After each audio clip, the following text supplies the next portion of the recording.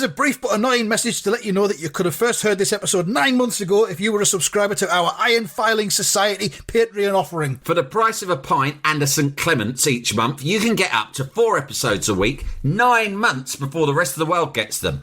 Early access to regular episodes, lots of other marvellous benefits, and there's absolutely no adverts or brief but annoying messages like this that will get right on your ticks. Find out more and subscribe now at tftimemachine.com/ironfilings. Here we go, here we go, here we go, here we go, this is it! This is Top Flight Time Machine. I am Andy Hotbody Dawson. Pow, pow, pow. I'm Sam Nifty Delaney, so what? Welcome along. It's another Melchester Odyssey. We're still on the 21st of January 1984 issue. We've covered the front page with, of course, the homoerotic tableau. We've covered Roy standing, looking depressed out of his office window as Trevor Brinsden and his gang surround Rob Richards for his autograph. And basically, they're trying to recruit him, I think. It's a hearts and minds thing. Yeah. They're trying to get him on side. Maybe he's part of the gang. But then we've covered the bit where Roy, against his better judgment and wishes, has to recall Rob Richards into the team because the rest of the forwards are all injured. It's the FA Cup. Oh no, it's an away game at Rotherton. They've gone on the Melchester coach, which I forgot to mention is in Melchester colours. It's red and yellow, coach. Yeah, which is nice to see. But it's not the sort of coach you'd expect to see a team in these days. It's a pretty kind of modest vehicle. You know, it was sort of like school coach. It doesn't look big enough to house. Coach, yeah. Doesn't look big enough to house a toilet. No.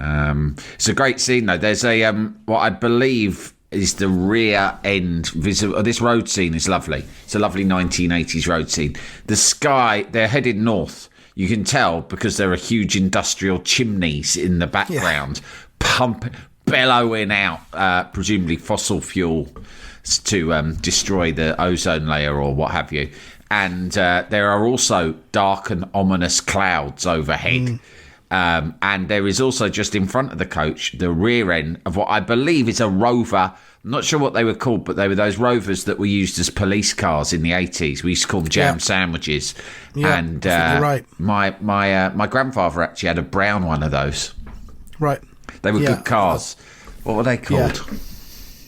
I can't remember. Okay, I'm going to look it up. I see it's a Mark II. Rover police car, 1980s. Lots of exhaust smoke coming out of the cars and the bus as well. Fucking hit a mother load of those police cars from the 80s. I mean, when you saw them, you'd be like, I mean, you know, if you were raised anti-police like I was, and presumably you were, you'd go, they're fucking pigs. But actually, looking back, they had good cars. Yeah, I wasn't actually raised anti-police that much. I found my own way later on. Rover SD1, they were called. Yeah, my granddad had a brown one. They're fucking quite magical and space age. Lovely to see one in Roy the Rovers this week. It's a lovely image, this. That and the bus pumping out loads of exhaust fumes as well. It's very Thatcher's Britain. Yeah. It's bleak.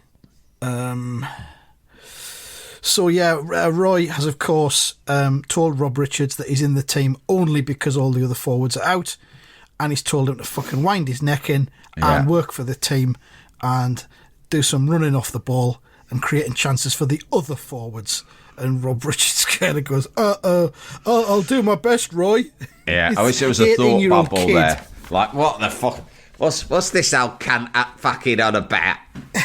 He's going, I'll do my best, right? And he's thinking in his head, all right, Granddad, you're fucking yesterday's news, ain't you? I'll nod along and say, yeah, I can't make head nor tail what you say. You're talking in fucking olden times talk, aren't you? It's like the fucking Canterbury Tales or something. So they've run out, as we mentioned last time. They're in their change kit, which looks very dapper. It's a Wednesday night under the lights at Rotherton. Oh, there's the fences are up there as well. The fans are caged in. Can you say that? Yeah, I don't think I've seen that in a Melchester. They're away, aren't they? So this is obviously Rotherton have got a fucking problematic fan base. Yeah. They must have a chairman like that, Dave Evans of Luton Town. That's right, yeah. Who wanted to fucking cage them all in like animals. Or was it, I think Bates was pro cages, and also, wasn't there also, which one of them said all away fans should be banned? I think that might have been the fella at Luton. Dave Evans. He wanted to bring in identity cards. Thatcher wanted to bring in identity cards. Yeah. I think he was a Tory MP as well. Yeah, he was. He was like, I'll help you out. He was one of the. He's actually worth a deep dive because obviously there was many cunts in the 80s, but he's almost was the 1980s top cunt. King cunt. He was. He was. There's loads of mad things about him. Like you just need to look at his fucking face. Yeah, he really was a truly ghastly man. He presided over a controversial membership-only scheme for fans under which only members were allowed to attend matches at the club's home ground and away supporters were banned from the stadium. Yeah, that was brought about by Millwall fans rioting and damaging the Kenilworth Road Stadium. Yeah, and he fucking shat himself about it. Listen, right, you're playing Millwall. If anything, you should all be looking forward to that because you know it's going to go fuck it. There's a high potential for mayhem, right? And let's be fair, that can be fun. So when Millwall come, just accept that there will be some mayhem, yeah? And don't fucking shit your pants and try and change the fundamental rules of football as a result of one game against Millwall. Plus, don't rule out the Luton's fans' involvement with that. Let's not forget that it was Luton where I was filming a documentary and encountered a self-policing pub. Yeah, that's right. I went up to a pub on top of a hill with police who I was interviewing for the documentary, and a tattooed man came out, and I don't mean tattooed in the modern sense, like the David Beckham style hipster tattooed man. I mean different a tattooed types. Man of the old school. Aggressive tattoos. He came out, he approached the car, and he said, "What are you doing here?" to the police, and they said, "We're filming a documentary with this gentleman." And they just went, "Yeah, fuck off." And the police said, "Very well," and we had to fuck off. And I said, "Why did you do that?" He goes, "Well, that's the sort of pub where we don't go up there. They kind of look after matters themselves up there." Yeah, I mean, there's that scene in Our Friends in the North where the kid nicks a car and the police chase him until he gets as far back as his estate where he lives. And the police just stop. Yeah, we're not going in there. We're not going in there. There's nothing in there for us. David Evans, though. Yeah. Another astonishing thing on his Wikipedia page. He was a Tory MP till 1987. Yeah. During his time as an MP, Evans was parliamentary private secretary to several government ministers, including John Redwood. Shortly before losing his seat in early March 1997, he attracted controversy over unguarded remarks in an interview by sixth formers at Stanborough School for a school magazine. He's getting interviewed by a school magazine. Yeah. And he chooses that. This is the perfect place for me to drop a few fucking hand grenades. Remarks. He referred to his election opponent Melanie Johnson as a single girl. She was 42 years old at the time, with bastard children. See what I'm saying? He was King Cunt. Hold on, there's more. He also claimed that the Birmingham Six were guilty and had, in inverted commas, killed hundreds. Fucking hell. This is in 1997 as well. Yeah. And the Birmingham Six been released by then. I'm pretty sure they were out early 90s. Yeah. Yeah, 1991. This is 6 years after the Birmingham Six had their convictions quashed. Been categorically proven innocent. Yeah. 6 years. They killed hundreds. Yeah. And as well as making remarks that were considered racist, trigger warning racism, such as asking how the sixth formers would feel if their daughter was raped by some black bastard. Yeah. David Evans there. That's the nature of the man. And David Evans, he was the biggest cunt in the whole of a 1980s football and possibly the whole of 1980s Britain. 1980s. But this is 97. You know. Yeah. He carried on his cunty activities deep into the 90s. And he was sued by the Birmingham Six And Quite they won right. substantial damages in July 1998. How did that come up when he's at a sixth form magazine at a school don't know. and they're asking him just questions? There's no way in 1997 one of these sixth formers would have gone, well, we've got you here. Thoughts on the Birmingham 6 acquittal? So he's going to have brought that up himself. I'm on a roll here. I'll tell you something else as well, right? I mean, this is a bit of a tangent, so forgive me. It's a bit of a digression. But the Birmingham 6, remember them? Well, here's something for you. They're all guilty. Not only that, they killed hundreds before. Next question. Next question. Why don't you ask me my thoughts on rape? I'll fucking tell you. Because they tie in with some of my thoughts on race as well.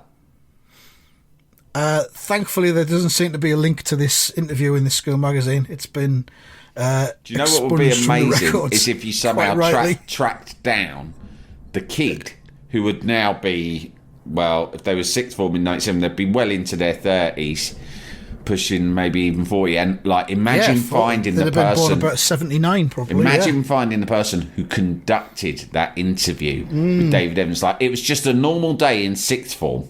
Do you know what I mean? Yeah. And I heard the local MP was in. coming. As a member of the school magazine editorial team, I was given the opportunity to pose him some questions. I was excited. He was looking to seek re-election. Yeah. Said he had many things to say. I didn't expect to get much from it. I was going to ask him just a couple of simple questions about his experiences of being back on the campaign trail. To my surprise, he brought up the subject of the Birmingham 6. Fucking hell. Then he posited the question to me, how would I feel if my daughter, brackets, I don't have a daughter, I am a teenager, was raped by some black bastard? Yeah. He died After from... losing his seat in Parliament, he continued to manage his industrial cleaning business, the Broadreach Group. Broadreach. That sounds like something from Roy the Rovers. Melchester had been the subject of a takeover bid from the owner of local industrial cleaning business, the Broadreach Group. He died in 2008 of pulmonary fibrosis, which I believe can be quite a long and painful. I've just hovered over the hyperlink to that term. Yes, all that's come up is a picture of some really weird-looking swollen fingertips. Yeah. So that's obviously how that don't look nice. That not a nice way to die. Die by swollen fingertip. No, eventually they'll just all burst one by one. He would have just fireworks. He got it because he probably just lived on fucking liver and pork for like his whole adult life, and it caught up with him. So there we are. That's the David Evans deep dive. Hang on, this quote here. Let me just read this quote. Scarcely any Guardian or Independent article involving David Evans, former Tory MP for Welling and Hatfield, failed to mention his car salesman's accent, a sound to chill the blood of any Liberal. It seemed the incarnation of Thatcherite brutalism. God, what a prick. So there we are. Car How we got it? Oh yeah, salesman's Cages at Rotherton. Yeah. So maybe Rotherton is supposed to represent Luton. Don't know. So yeah, Rob Richards, as we mentioned last time, he's run out on the pitch thinking there's only one way to win back a permanent place in this side. Score so many goals, Roy won't ignore me. So he's completely ignored the advice that he was very firmly given by Roy to play for the team. We'll see what happens. Here we go. With Mervyn Wallace continuing his role of left flank striker, Rob Richards was playing on the right. Racy's put him out there on the right, out of the way. Jimmy Slade's Stand out there, cunt. Yeah. Right Run out. up and down. Get right out there. Kick it in the middle. Just do not go anywhere near the fucking penalty area. Fucking hell, I tell you what, you know, people, if they're watching this months after we've recorded it, this will be really teased. But we're recording this just off the basis of watching a group game in the 2022 World Cup, Croatia versus Morocco, which was so fucking tedious that I was literally, I've just come into possession of some raw beetroots that I wasn't expecting. and you? yeah, and I literally found myself Googling things to do with them. Right. Cook them, I mean, not before you say yes, shove them up your ass. How have you come? How have you come about? Well, we get this box called Odd Box, right? That's how we get our vegetables, and what it is it's the vegetables that are rejected by the big Orphan retailers, vegetables. misshapen vegetables. But the thing is, it's sort of like a lucky dip. You never know what you're going to get. You just get a box full of like loose fucking fruit and veg every week. And it's a challenge, isn't it? It's quite a good challenge, and we're vegetarians, so it's like, it's sort of sometimes you get a new veg and you try and find something to do with it. But no one else in my house likes beetroots.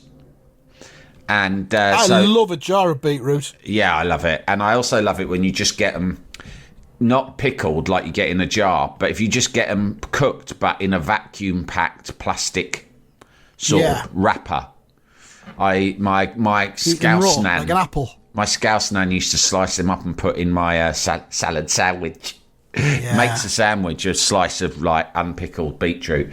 Anyway, so I've got these beetroots. There's about 4 of them. They're quite large, and I'm not really used to dealing with them like uncooked.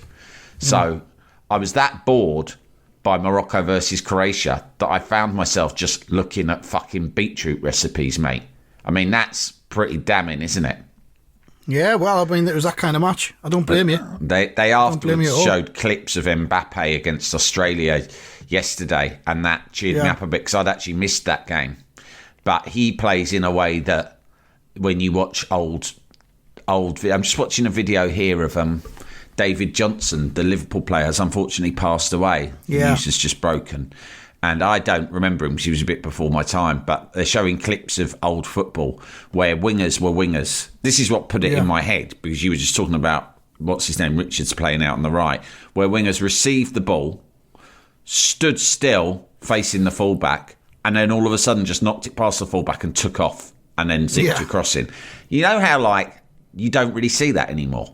I mean, maybe I'm wrong, but that doesn't feel like the sort of thing that you see anymore in football, where there's a winger, he takes on the fullback, fucking leaves him for dead, crosses it in, the striker heads it in, right? That's what Mbappe was doing yesterday against Australia. Like, just see a cunt. It was like that. He was literally doing the old see a cunt to the fullback every time. Standing there and going, right, I'm going to go any second now. Are you ready? Are you ready? Right, here we ready, go. Cunt. Go Legging on. it. Which way am I going to go? Which way am I going to go? This way, that way, this way. Fuck off. Cross, goal. See ya. Yeah, one of the better matches so far, that one. Never mind. Still early days for this World Cup. Yeah. So where are we? Yeah, he's on the right wing, and Jimmy Slade's got the ball in the middle, and Rob Richards shouts, "Wide ball, Jimmy Slade, right wing." And there's a voice in the crowd says, "Listen to Richards. Wish our players were so hungry for the ball." That's a Rotherham fan there, but of course they all talk the same. Roy's thinking to himself, "That's the stuff, Rob. You're drawing players away from Jimmy and making space for him." And then, of course, the ball ends up at Racy's feet. So he's thinking, and then he'll give it to me. And he does. He gets it. And Roy has a shot. Jimmy had plenty of time to find Roy with a brilliant, in inverted commas, chip. Which is, unofficial language? Which is a new technique that has come over from the continent. Much like spaghetti. Or the duvet eider down. Also known as the continental quilt. Yeah. Because of its origin. The chip is very similar in lots of ways. Say goodbye to the blanket. Good in isolation, but rather too decadent and corruptive if used excessively. My wife and I may have a continental quilt perhaps once or twice a year as an experiment and make love underneath it, but that's it. Then we're back to blankets. And it's the same with chips. Ordinarily, but the British way is to either pass the ball or boot the ball. Chip it, no. We find the continental quilt a lot roomier for our perfunctory missionary position lovemaking. My wife, when she makes the bed in the traditional British manner with a couple of sheets and a very coarse blanket, woolen blanket, she likes to fit them to the bed extremely tightly, so tightly that you can barely get them off the bed when it's time for bedtime. And that's very constricting. If I lay atop of her during our missionary sexual congress, we feel squeezed together. It's very hard for me to get a pump going. And if we do it on top of the blanket, of course, she will probably be bleeding by the end, such as the coarseness of its material. Very coarse blankets. That's just the blankets that we use. We inherited them from her mother, and her mother in turn inherited them from hers. They are a family blanket, and all of her ancestors have made love on them. We were all conceived atop or underneath that blanket. A coarse blanket. Jalapeño.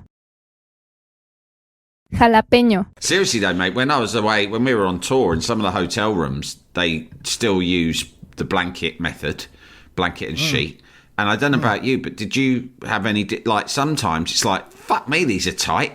You got to grab it with both hands and rip it off. Yeah, I've got to pull it open and I've got to lie with some kind of freedom under there. Yeah, I got to pull it. I've got to thrash around. Wrench it free. And you're like, fucking hell, like, how long's it taken them to wrap it this tight? But that's the British way. Inn. What the fuck? Yeah, exactly. Well, that's the British way. Anyway. Talking of Premier Inns, before we get back to this, just quick. Okay. It's going to go to the fourth episode, isn't it? Me and Len are going to meet the new puppy. It's agreed, is it? And it's in Norfolk, right? Right. But we're not going to collect it for reasons. We're not going to collect it till just after Christmas, yeah, like between Christmas and New Year. But we'd like to go and meet it first, get to know it, get it to know our scent. But it's a bit of a road trip up to Norfolk. So, and there's football that day as well. There's World Cup football.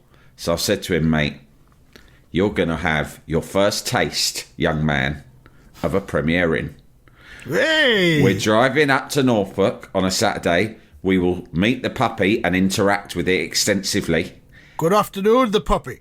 Good afternoon, puppy. We are your new forever family. Please present me with your paw. And then we're back to the fucking Premier Inn. And I've told him so many tales of Premier Inns on the road. It's like he sat wide-eyed when I come back from my Premier Inn adventures. And I've never seen a human so excited about the prospect of a buffet-style breakfast. Because I told him about it so much that he's looking forward to this more than Christmas. A puppy, then Premier Inn, then the Premier Inn breakfast. Well, when my lad was a kid, he used to love the Travel Lodge. Yeah. And we'd occasionally have a night away in the Travel Lodge just because. Yeah, I remember you doing that, like in Newcastle. But didn't you do one where there was a pool as well? Yeah, that was the Holiday Inn near Newcastle. Yeah, great had a idea. Pool and a jacuzzi and all that going on. Yeah, it's like we had a night away. It's actually quite I'm not going to say cheap, but what I mean is it's cost effective in comparison to a lot of things you could do with the kids at the weekend. Because they're just happy to be in a hotel. They don't need to be in a flash one. And if there's a pool as well, fucking sorted. Yeah, it was great.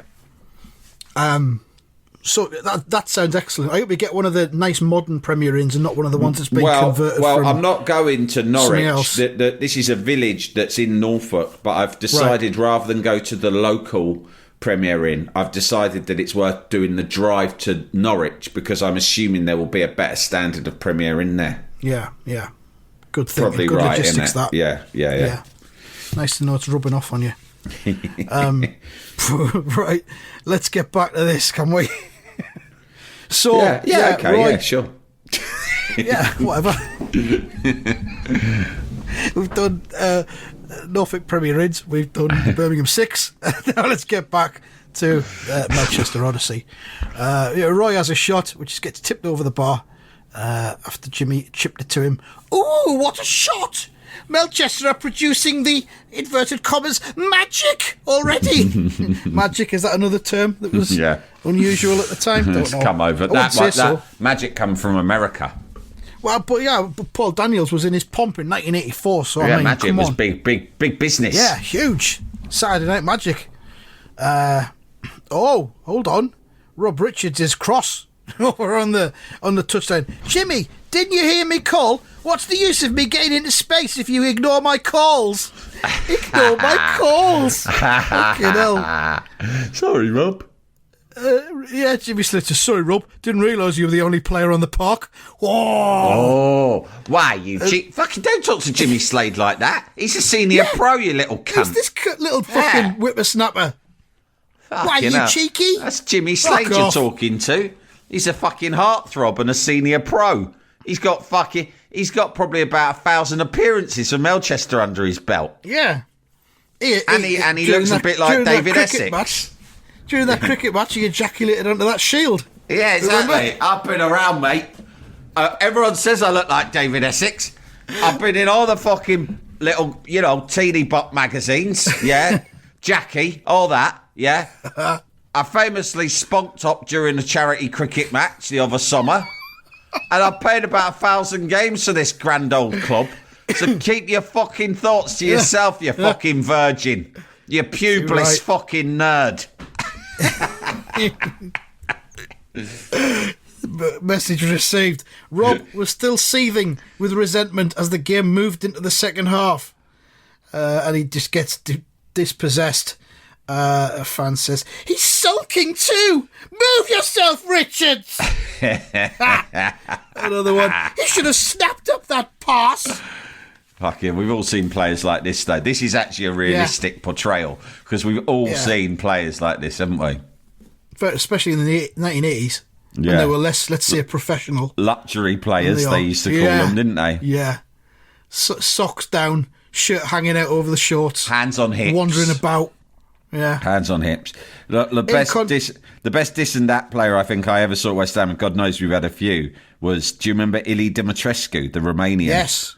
And he actually signed with Spurs, and he was a very big signing, but then it didn't work out for him there. So he obviously ended up at West Ham, because that was the era where, of course, you'd end up at West Ham. Yeah, it was the law. Harry Redknapp would take a chance on you.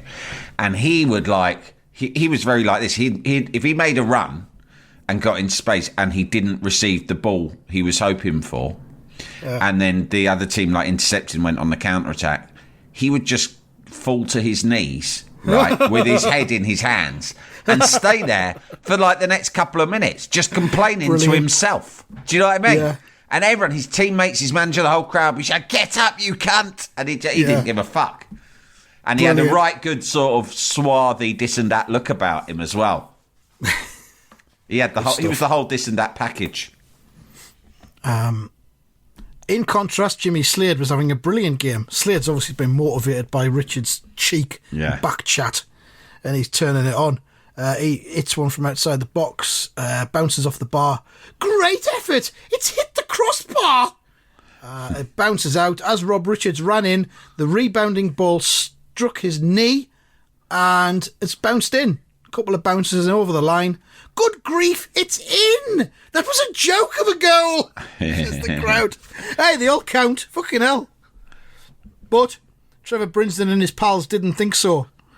What about that? What are they on about? Old Rob was right on the spot. Brilliant, opportunist goal. Richards. They're just trolling Roy now. There's a man with a fucking tremendous mohawk, which I'm pretty sure was not really that common a sight on the terraces in 1984. No. But as we've said before, I think, a lot of these are written and illustrated by men who haven't been to the football for many years. And they've got this guy with a very striking, bright red mohawk saying, and he's the one going, brilliant, opportunist goal. It just seems incongruous, doesn't it? Oh, he's an intellectual. Yeah. I like the guy at the front as well. It's the skinhead with the big pointy ears. Yeah. He's good. Richard. Trevor Brinsden and his absurd gaggle of friends. Yeah. Ramshackle group of anybody you can find to hang out with him. His ragtag band of imbeciles. Yeah. His grotesquerie of football fans. Oh, I need to answer the door. Hold on a moment. Oh, hang on.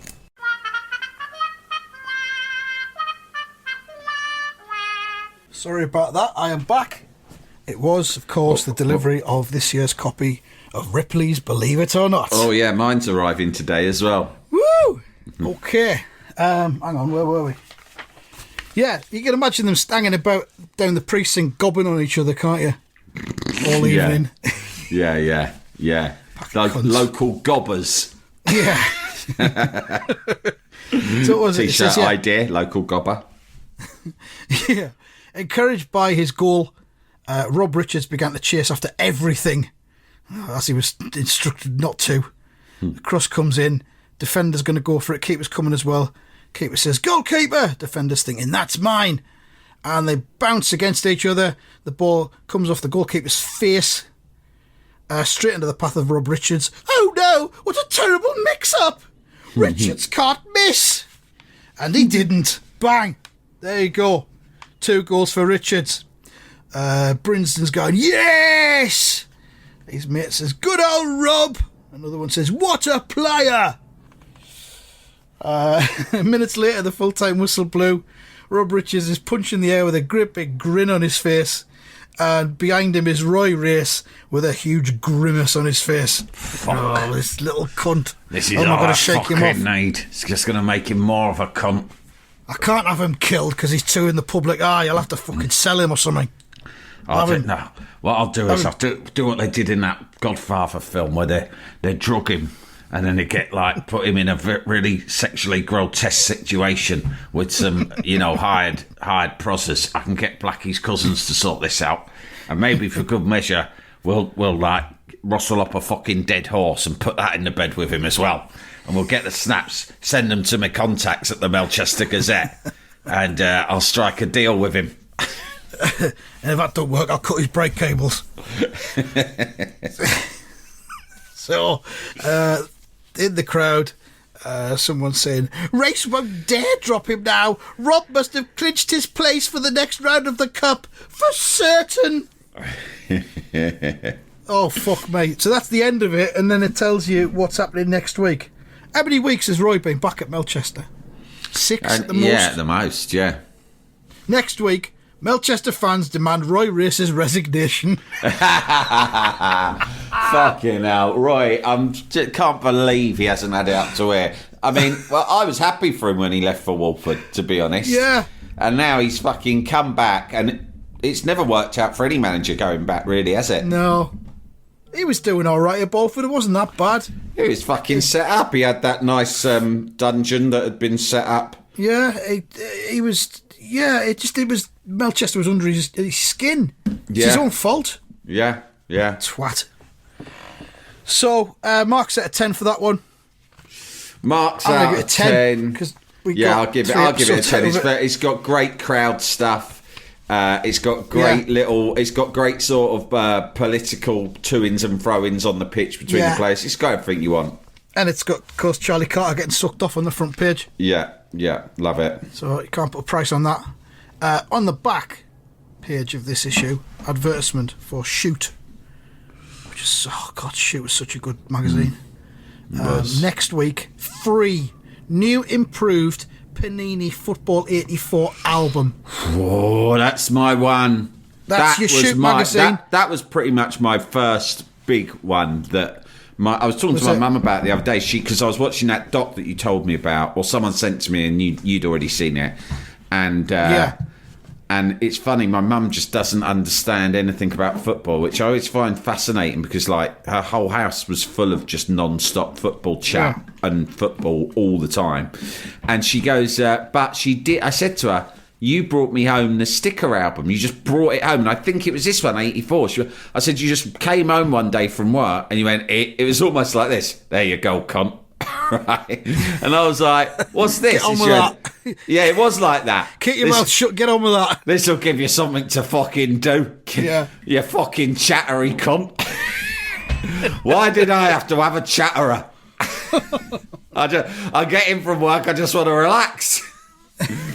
And she chucked that at me in a packet of stickers, and I was just thanking her. She had no recollection of this. I said, you got me into the stickers. She just sort of looked through and goes, oh yeah, that's nice. That's nice. Yeah.